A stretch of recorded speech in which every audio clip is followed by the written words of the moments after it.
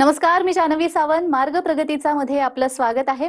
शून्यातून विश्व निर्माण करून स्वतःच्या कर्तृत्वाने स्वतःची वेगळी ओळख निर्माण करणारे आणि सगळ्यांसमोर एक उदाहरण सेट करणारं एक व्यक्तिमत्व आज आपल्या सोबत आहे. आपल्या सोबत आहेत अनिल पिसे सर. कार्यक्रमात आपलं स्वागत आहे. नमस्कार.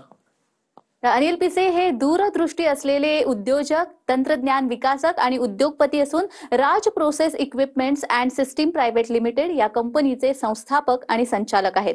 2 दशकाहून अधिक काळ त्यांनी प्रोसेस इक्विपमेंट्स, पर्यावरणपूरक उपाय आणि ग्रीन एनर्जी क्षेत्रामध्ये उल्लेखनीय कार्य केलेलं आहे. त्यांच्या नेतृत्वाखाली राज प्रोसेसने प्रक्रिया अभियांत्रिकी, biofuel, biogas, CNG, ethanol, green hydrogen, carbon capture तसेच इंडस्ट्रियल ड्रायर, इव्हॅपोरेटर, मिक्सर्स, बॉयलर या क्षेत्रामध्ये आंतरराष्ट्रीय स्तरावर आपली ओळख निर्माण केली आहे. साध्या कुटुंबातून आलेल्या श्री पिसेंनी लहानपणापासूनच उद्योजकतेची ओढ जोपासली. सुरुवातीच्या काळात औद्योगिक ड्रायर्स, थर्मल सिस्टीम्स आणि प्रोसेस इक्विपमेंट्सच्या डिझाईनमध्ये नवकल्पना आणून त्यांनी राज प्रोसेसची पायाभरणी केली. 1999 पासून त्यांनी कंपनीला अभियांत्रिकी, उत्पादन आणि टर्नकी प्रकल्प या सर्वसमावेशक सेवांकडे नेले. उद्योगातील बदलणारे ट्रेंड्स ओळखून त्यांनी कंपनीच्या कार्यक्षेत्राचा विस्तार केला आणि ऊर्जा कार्यक्षमतेसह टिकाऊ तंत्रज्ञानाची दिशा ठरवली. चला तर मग त्यांच्याशी संवाद साधूयात. सर, आता जे मी तुमच्याबद्दल बोलले त्यावरून एकूणच मला तुमच्या बालपणातील जी काही प्रेरणा होती किंवा तुमचं शिक्षण कसं झालं याविषयी नक्कीच ऐकायला आवडेल. मी सर्वप्रथम मला इथं मुलाखतीला बोलल्याबद्दल टीव्ही आणि मराठीचे मी आभार मानतो, धन्यवाद देतो. माझं 1ली ते 4थी शिक्षण हे जिल्हा परिषद शाळा वरकुटे मलवडी, तालुका मान, जिल्हा सातारा येथे झाले. माझे 5वी ते 10वी हे शिक्षण यशवंतराव चव्हाण हायस्कूल वरकुटे मलवडी येथे झाले. मी 7वीला असताना आमच्या गावामध्ये मी पहिल्यांदाच स्कॉलरशिपला बसलेला विद्यार्थी होतो आणि त्यावेळी मी महाराष्ट्र राज्यामध्ये 3रा आलो होतो. नंतर मी 10वी नंतर 89 ते 92 या काळामध्ये Walchand college of engineering Sangli येथे मेकॅनिक इंजिनिअरिंगचा डिप्लोमा पूर्ण केला. नंतर मी 92ला पुण्यामध्ये आलो. पुण्यामध्ये आल्यानंतर मी लगेचच जॉब जॉईन केला.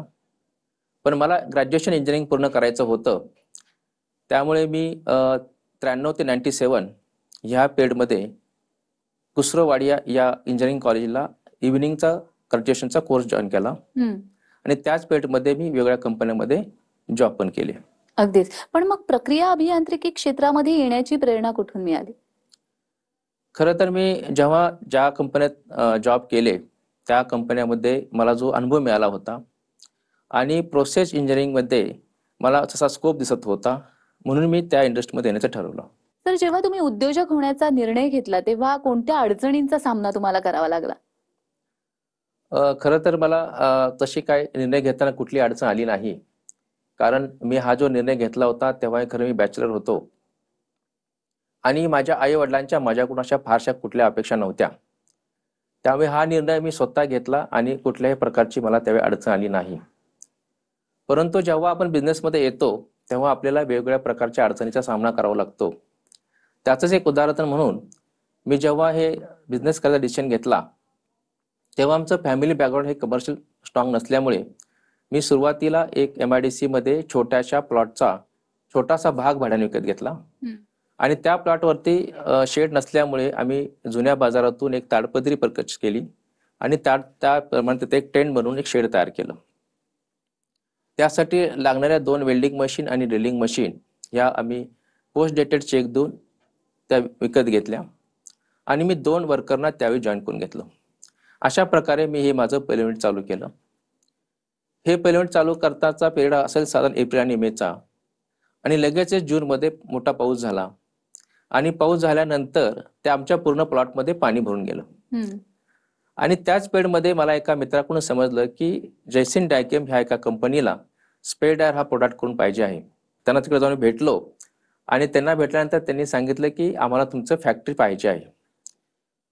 मग मी परत आलो आणि मी माझ्या शेजारच्या प्लॉटच्या एका कंपनीच्या ओनरला भेटलो आणि त्यांना सांगितले की मला तुमच्या मदतीची गरज आहे आणि त्यांना सांगितलं की असं असं माझ्या क्लायंटला तुमचं मला शॉप थोडं दाखवण्यासाठी हवं आहे.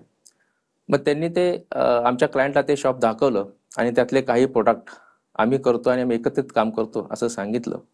आणि माझी टेक्निकल कॅपॅबिलिटी पाहून क्लायंटने आम्हाला ती ऑर्डर दिली आणि ती ऑर्डर आम्ही परत पूर्ण केली. ह्याच्यातून सांगायचं एक तात्पर्य आहे की आपल्याला काम करत असताना वेगळ्या अडचणी येत होत्या, पण त्या अडचणीवरती आपण मात करून पुढे जात होतो. ह्या ज्या अडचणी आहेत त्याबद्दल तुम्ही सांगितलेलं आहे, मात्र राज प्रोसेसची जेव्हा स्थापना करायचा विचार आला, नेमकी कल्पना कशी आली? खरं तर मला बिझनेस करायचं हे मी आधीपासून ठरलं होतं. हं.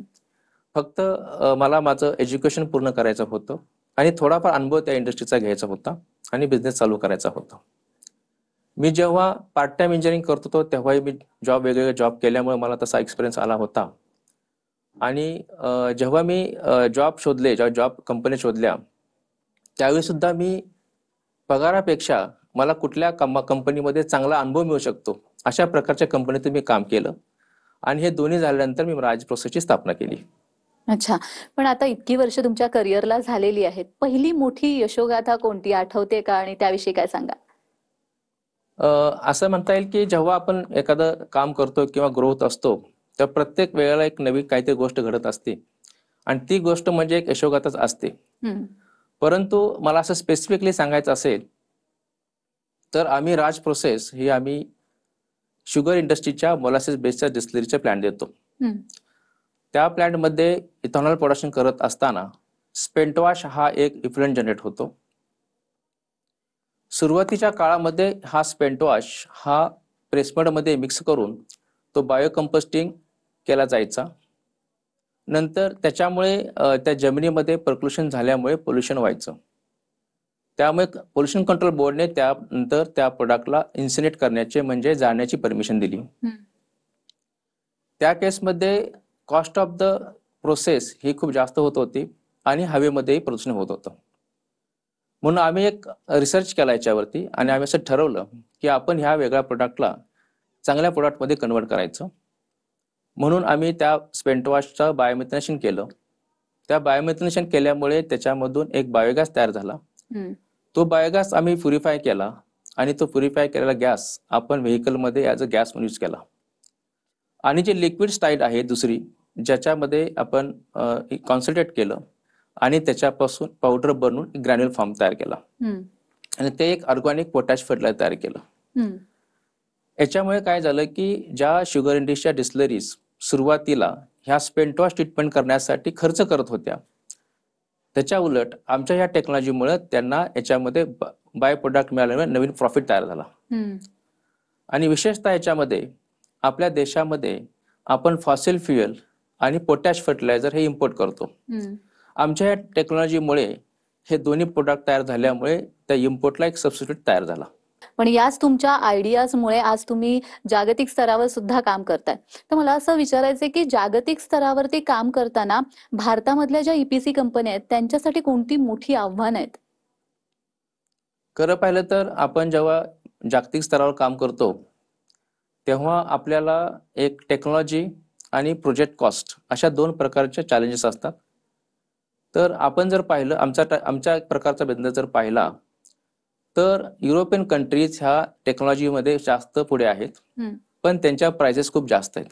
हं. आणि त्याच्या उलटं पाहिलं तर चायनीज कंपन्या ह्या प्राइसमध्ये फार कमी आहेत, पण त्या टेक्नॉलॉजी तेवढ्या अपग्रेडेड नाही आहेत. आपण जर इंडियाचा विचार केला तर इंडियन कंपनीजमध्ये टेक्नॉलॉजी ही सुपिरियर आहे आणि आपण रिझनेबल प्राइसमध्ये काम करू शकतो. त्यामुळे आपल्या इंडियन कंपनीला जागतिक स्तरावरती ईपीसी काम करण्यासाठी खूप मोठा स्कोप आहे हं. आणि त्याप्रमाणे आपण हे दोन्ही बॅलन्स करून आता सध्या काम करत आहोत. पण जेव्हा आंतरराष्ट्रीय प्रकल्पांवर तुम्ही काम करत असतात तेव्हा कोणकोणते अनुभव तुम्हाला आलेत?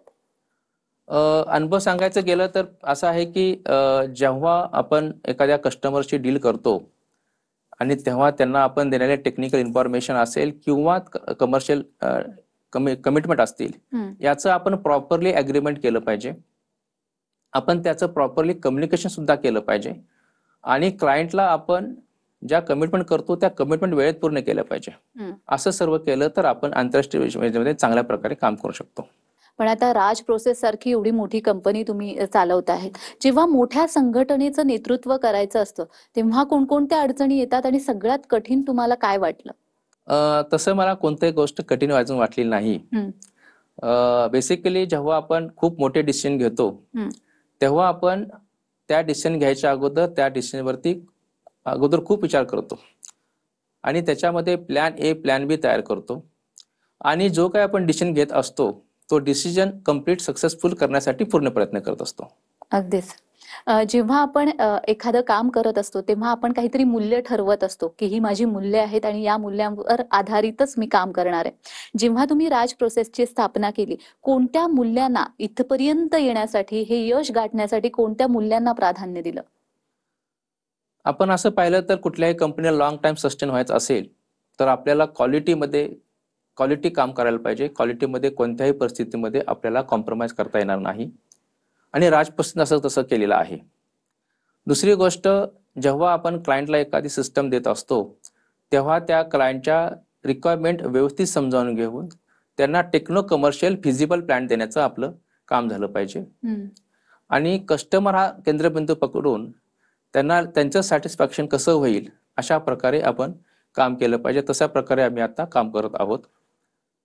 आता जर आमच्या कंपनीचं जर हे पाहिलं, बिझनेस पाहिला, तर आमच्या कंपनीचा ऑलमोस्ट 60% बिझनेस हा रिपीटेड ऑर्डर्स असतात आणि बऱ्याचशा वेगळ्या ऑर्डर आमच्या ह्या क्लायंट टू क्लायंट माउथ पब्लिसिटीने आम्हाला आलेल्या आहेत. याच्यामुळे क्लायंट सॅटिस्फॅक्शन हे एक आमचं त्यातलं मेन मूल्य आहे. आतापर्यंत ही उंची तुम्ही गाठलेली आहे, हे यश संपादन केलेलं आहे. मात्र पुढच्या येणाऱ्या 10 वर्षामध्ये काय दिशा, काय दृष्टी आहे? खरं पाहिलं तर आता आमची राज प्रोसेस ही कंपनी R&D वरती खूप काम करते. आम्ही फ्युचरिस्टिक बिझनेस विचार करून नवीन नवीन टेक्नॉलॉजी डेव्हलप करत आहोत. आम्ही काही टेक्नॉलॉजी बाहेरच्या कंट्रीचे टायअप करून पण आणत आहोत आणि यासाठी जे काही आम्ही टेक्नॉलॉजी डेव्हलप करतोय याचे आम्ही सर्व प्रकारचे पायलट प्लॅन्स आमच्या कंपनीत लावलेले आहेत की ज्याच्यामध्ये आमच्या क्लायंटला त्यांचा फीड घेऊन तो प्रोडक्ट तिथं टेस्ट करून पाहता येऊ शकतो. अशा प्रकारे आम्ही नवीन टेक्नॉलॉजी आणत आहोत. दुसरी गोष्ट, आता आम्ही करंटली राईट टाइम राईट इंडस्ट्रीत आहोत. आमचा सर्व फोकस हा सध्या ग्रीन एनर्जी, डिफेन्स आणि वेस्ट वेल्थ मध्ये आहे की या इंडस्ट्रीमध्ये आता खूप मोठा पोटेन्शियल आहे आणि आमची कंपनी या इंडस्ट्रीमध्ये आता अग्रेसर आहे. त्यामुळे मी असं समजतो की ह्या टेक्नॉलॉजीच्या वापरामुळे आणि ह्या बिझनेसमुळे आमची कंपनी ग्लोबल लीडिंग कंपनी बनेल असा आम्हाला विश्वास आहे. निश्चितच बनेल आणि त्यासाठी शुभेच्छा आहेतच. मला खरं तर तुमच्या या प्रवासाबद्दल अजूनही जाणून घ्यायचं आहे. मात्र वेळ झालेली एका छोट्याशा विश्रांतीची. कुठेही जाऊ नका, पाहत रहा मार्ग प्रगतीचा.